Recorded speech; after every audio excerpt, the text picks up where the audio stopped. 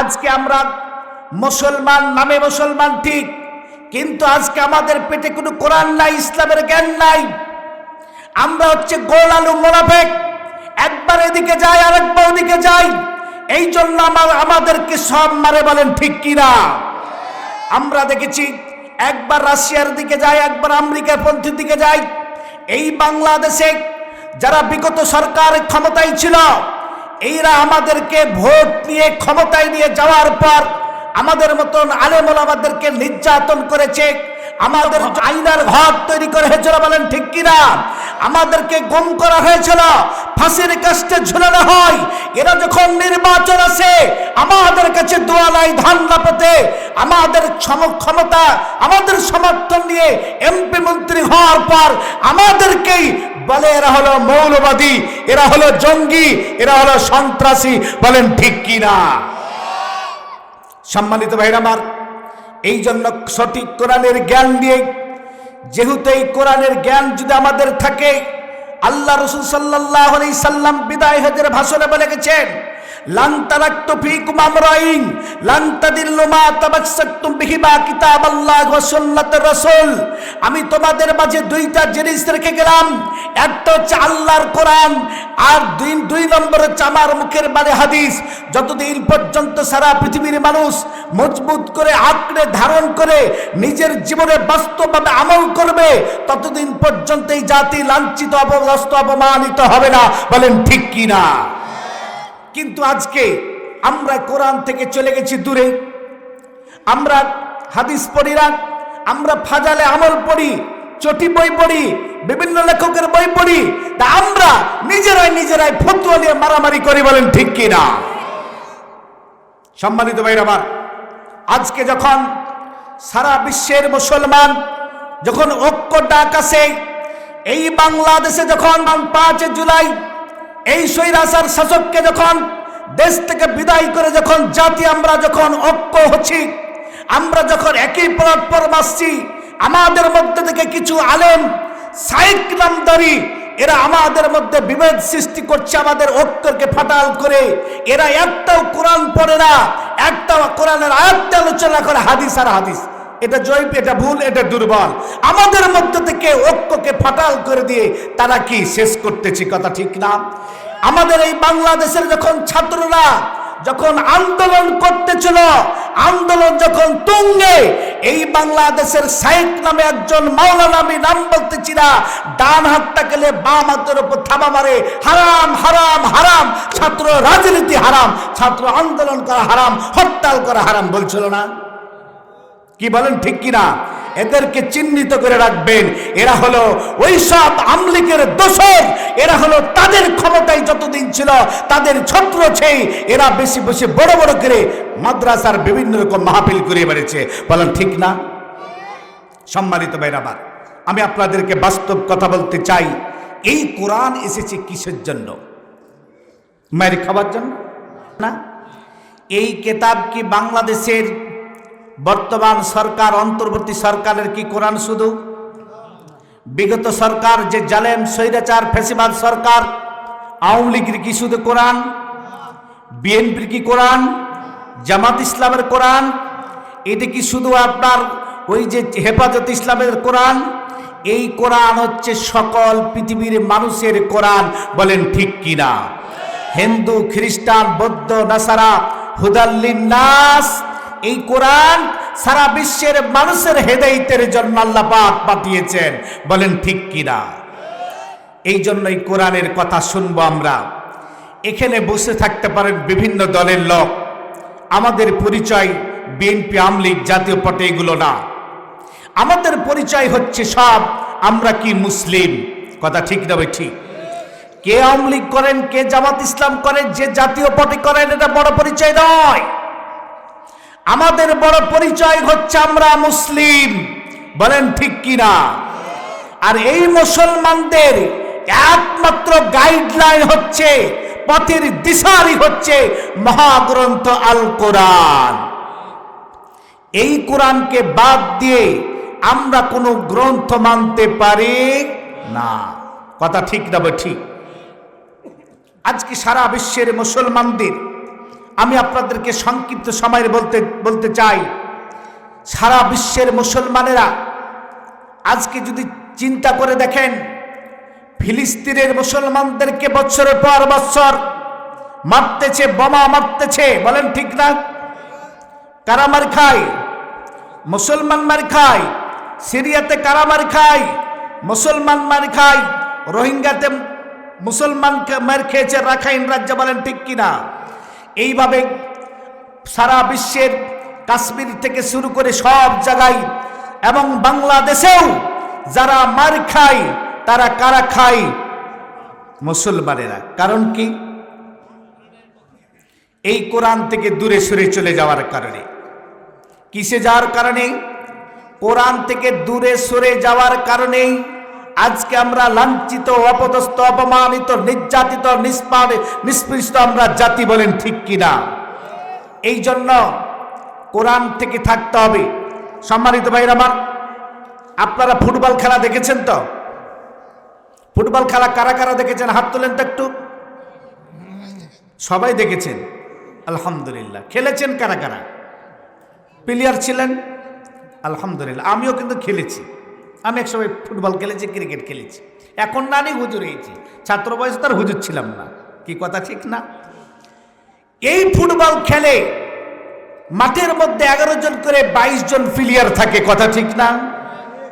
Football খেলতেছে, একজন রাস্তার মধ্য দিয়ে, মাঠের মধ্যে রাস্তা আছে, রাস্তা পার হয়ে যাচ্ছে, মাঠ পার হয়ে যাচ্ছে। এমন অবস্থায় ফুটবলটা সামনে এসে পড়ল। ওই পথিক ফুটবলটাকে পায়ের সাথে চেপে ধরল, বলল, ও ফুটবল, তোমাকে সবাই মারে কেন?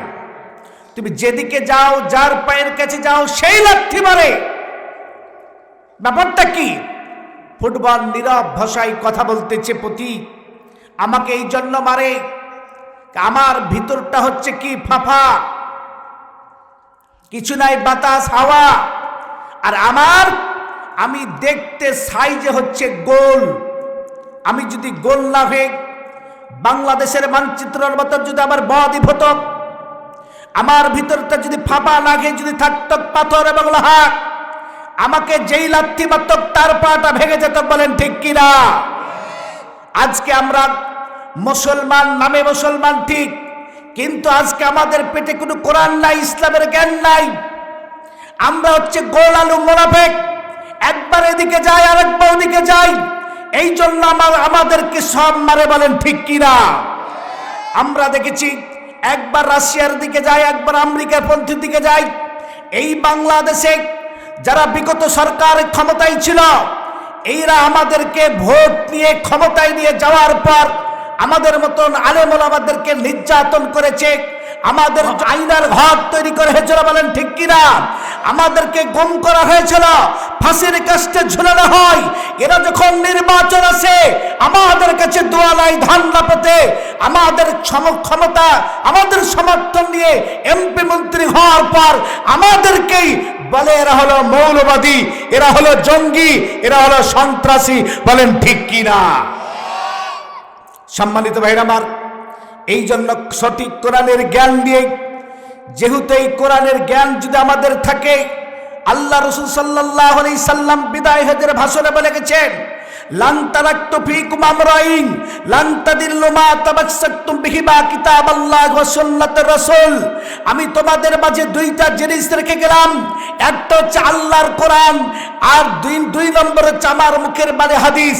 যতদিন পর্যন্ত সারা পৃথিবীর মানুষ মজবুত করে আঁকড়ে ধারণ করে নিজের জীবনে বাস্তবভাবে আমল করবে, ততদিন পর্যন্ত এই জাতি লাঞ্ছিত, অপদস্থ, অপমানিত হবে না, বলেন ঠিক কিনা?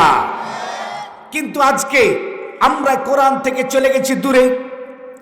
আমরা হাদিস পড়ি না, আমরা ফাজালে আমল পড়ি, চটি বই পড়ি, বিভিন্ন লেখকের বই পড়ি, তা আমরা নিজেরাই ফতোয়া নিয়ে মারামারি করি, বলেন ঠিক কিনা? সম্মানিত ভাইরা আমার, আজকে যখন সারা বিশ্বের মুসলমান যখন ঐক্য ডাক আসে, এই বাংলাদেশে যখন 5 জুলাই এই স্বৈরাচার শাসককে যখন দেশ থেকে বিদায় করে যখন জাতি আমরা যখন ঐক্য হচ্ছি, আমরা যখন একই প্ল্যাটফর্ম আসছি, আমাদের মধ্যে থেকে কিছু আলেম সাইক নামদারি, এরা আমাদের মধ্যে বিভেদ সৃষ্টি করছে, আমাদের ঐক্যকে ফাটাল করে।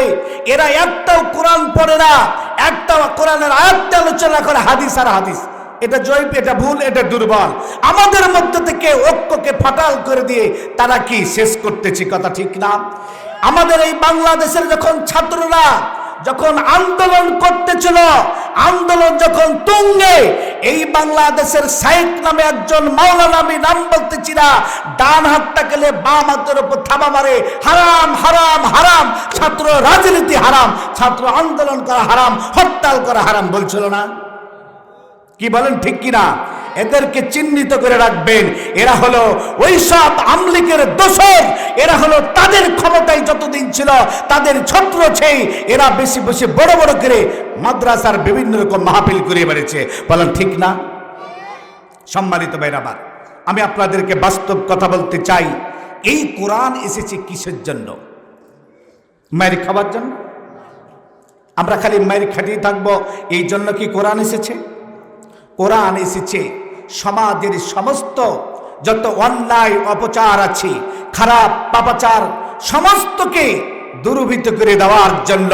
সব জায়গায় ব্যাধি লেগে গেছে, এই ব্যাধিকে দূর করার জন্যই কোরআন এসেছে। বলেন ঠিক কিনা? সূরা বনী ইসরাঈলের মধ্যে আমার আল্লাহ পাক সুন্দরভাবে বলে দিয়েছেন, وَنُنَزِّلُ مِنَ الْقُرْآنِ مَا هُوَ شِفَاءٌ وَرَحْمَةٌ لِلْمُؤْمِنِينَ وَلَا تَزِدُ الظَّالِمِينَ إِلَّا خَسَارًا। জোরে জোরে বলেন আল্লাহু আকবার। আল্লাহ পাক বলছেন, আমি এই কোরআনকে নাজিল করেছি একমাত্র তোমাদের জন্য চিকিৎসা স্বরূপ। জোরে বলেন আলহামদুলিল্লাহ। কোন চিকিৎসা? ছেলে মেয়ে কাঁদতেছে বাড়িতে, পেটের কামড়, মাথা ব্যথার, হুজুরের কাছে এক গ্লাস পানি নিয়ে যে হুজুর একটু ফু দিয়ে দেন, এই চিকিৎসার জন্য এসেছে নাকি? বলেন এই চিকিৎসার জন্য এসেছে? কোরআন এসেছে আপনার পরিবার থেকে শুরু করে, আপনার গ্রাম ওয়ার্ড থেকে শুরু করে ইউনিয়ন পর্যন্ত, থানা, কোর্ট, কাচারি, সমস্ত জায়গায় যতগুলো অন্যায় পাপাচার আছে, এই সমস্ত অন্যায় পাপাচারকে দূরীভূত করার জন্য এই চিকিৎসা ব্যবস্থার জন্য এসেছে। বলেন ঠিক কিনা? এটাই হলো কাজ। কিন্তু আজকে সেই জিনিসটা কিন্তু নাই, কথা ঠিক না? মনে যদি পচন ধরে গন্ধ কি আর দেখা যায়, মনে যদি পচন ধরে গন্ধ কি আর দেখা যায়, চোখে তাকে যাই না দেখা, মলম দিব কোন জায়গায়? বলেন ঠিক কিনা? আজকে মসজিদের হুজুর হক কথা বলতে পারে না, স্টেজে মসজিদের মেম্বারে দাঁড়িয়ে হক কথা বলতে গেলে মুঠির চাল বন্ধ হয়ে যাবে, আগামী দিনে আমার চাকরি থাকবে না। বলেন ঠিক কিনা? মসজিদের সভাপতি, সেক্রেটারি, চাউল বরাদ্দ হয়েছে, এমপি সাহেব 2 টন চাউল দিয়েছে, সভাপতিও জানে না, ক্যাশিয়ারে জানে না, সেক্রেটারি চেলতুরে খাওয়া হয়ে গেছে। বলেন ঠিক কিনা? মেম্বার সাহেব শিশু ভাতার কার্ড বানায়, বয়স্ক ভাতাদের কার্ড দেয়, কার্ড আসবে 2 মাস পর, অগ্রিম 6,000 5,000 টাকা করে একটা কার্ডের বিনিময়ে টাকা নিয়ে নেয়। আপনাদের এলাকার নাই? সমস্ত জায়গায়, সব জায়গায় বাংলাদেশের আজকে দুর্নীতিবাজ, সন্ত্রাস, চাঁদাবাদ হতেছে। বলেন ঠিক কিনা? ব্যাংক লুটপাট হচ্ছে, টেন্ডারবাজি হতেছে। এই সমাজ ব্যবস্থাকে ভালো করার জন্যই একমাত্র আল্লাহ পাক এই পৃথিবীতে কোরআন দিয়েছেন। এই কোরআন নামক গ্রন্থকে তোমরা যদি তোমাদের সংবিধান বানাও, আর এই সংবিধান দ্বারা যদি রাষ্ট্র পরিচালনা করা হয়, আল্লাহ পাক বলছেন, আস-সারিকাতু ফাক্তাউ আইদিয়াহুমা জাযাআম বিমা কাসাবু নাকালাম মিনাল্লাহ। তোমাদের মাঝে যদি কোনো চোর অথবা চুরনি পেটের দায়ে নয়, যদি নিজের বাড়ি গাড়ি করার জন্য, অর্থ সম্পদ বৃদ্ধি করার জন্য যদি চুরি করে, আর এটা যদি পরীক্ষায় কি হয় সাক্ষী দ্বারা প্রমাণিত হয়ে যায়, তার হাতটা কেটে নাও, তার হাতটা কেটে নাও। বলেন ঠিক কিনা? আজকে যদি বাংলাদেশে একটা চোরের বিচার করা হতো, আমাদের এই বাংলাদেশের কোটি কোটি কোটি কোটি টাকা লুটপাট করে কানাডায় পাঠানো হতো না? বলেন ঠিক কিনা? একটা যদি বিচার করা হতো, শেখ হাসিনা চলে গেছে ভালো কথা, তার সাথে যত এমপি মন্ত্রী সব পালিয়ে গেছে, আরে মসজিদের ইমাম সাহেব পালিয়ে গেছে। কি কথা ঠিক না? ব্যাপারটা কি? মানে সবাই চোর, সবাই চুরি করে খেয়েছে, কথা ঠিক না? এইটা হলো সাহস নাই। সম্মানিত ভাইরাবার, এই জন্য কোরআন দ্বারা কি করতে হবে? সংবিধান, আল্লাহর জমিন, এই জমিন কার? বলেন, জমিনের মালিককে? আসমানের মালিককে? আমার হায়াতের মালিককে? আমার জীবনের মালিক, মৃত্যুর মালিক, সব কিছুর মালিক হলেন আল্লাহ। আল্লাহ পাক বলছে আলা আলাহুল খালকু ওয়াল আমরু, সৃষ্টি যার, হুকুম চলবে তার। বলেন ঠিক কিনা? আজকে কি একটা কুকুরকে আর একটা কুকুরের হুকুম মানে? একটা গরুকে আর একটা গরুর বিধান মানে? একটা গাছকে আর একটা গাছের বিধান মানে? তাহলে আপনি মানুষে কেন একজন মানুষের আইন মানবেন? বলেন, আইন মানবেন কার? আল্লাহর। রাজি আছেন তো? সকলে জিকির করেন লা ইলাহা, আর জোরে লা ইলাহা, সুবহানাল্লাহ, আলহামদুলিল্লাহ, লা ইলাহা, আর জোরে লা ইলাহা, সুবহানাল্লাহ, আলহামদুলিল্লাহ, লা ইলাহা, লা ইলাহা ইল্লাল্লাহ মুহাম্মাদুর রাসূলুল্লাহ।